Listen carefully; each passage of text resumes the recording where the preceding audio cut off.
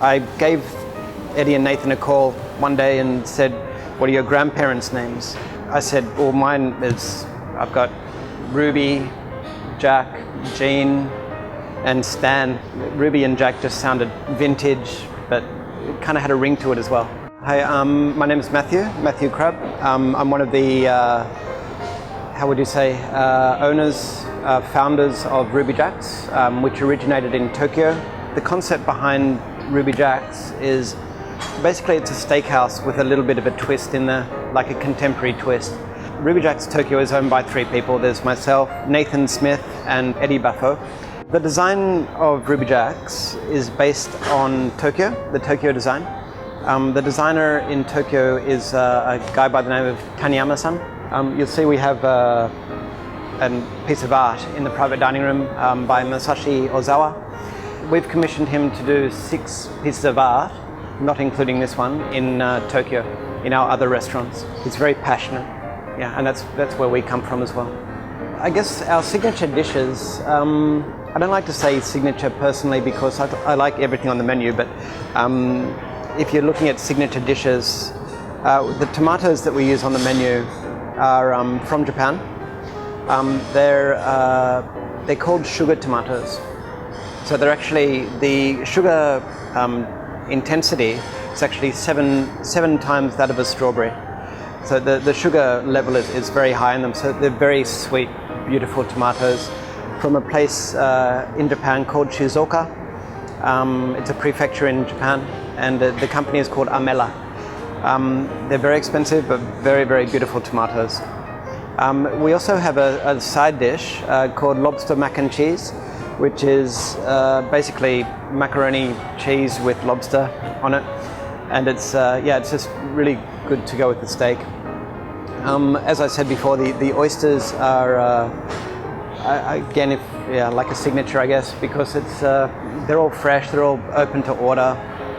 We dry age our own meat, so we've got a meat cellar which hovers around 3 to 5 degrees, and we hang meat in there, and it dry ages, so it actually forms a crust on the outside, and then on the inside it's beautifully, like, how would you say, like the taste it's quite incredible. It's more beefy, if that's a word. Yeah. The Wagyu that we use here is A5, so A5 ranking, so it goes A1, A2, A3, A4, A5. This is A5, so it's the best of the best, basically.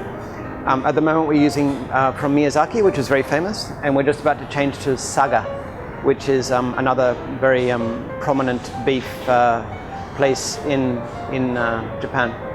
From our dessert menu, I guess the cheesecake is the most popular dessert that we have.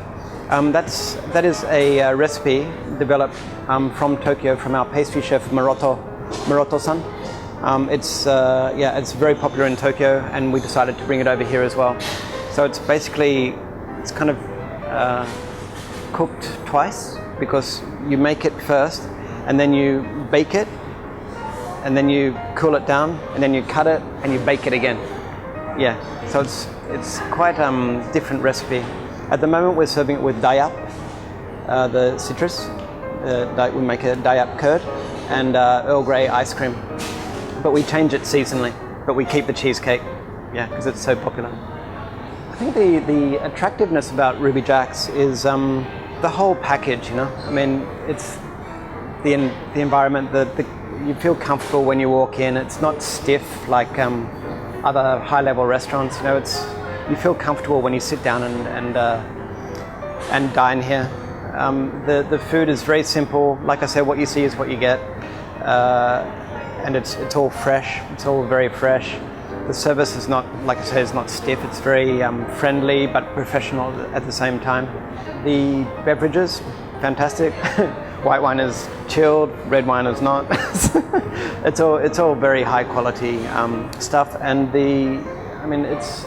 it's not crazy expensive, you know. It's good value for money, you know. I think if other people did this, that use the same produce as us, I think you'd find the prices are much more expensive. So it's accessible to a cross section of society.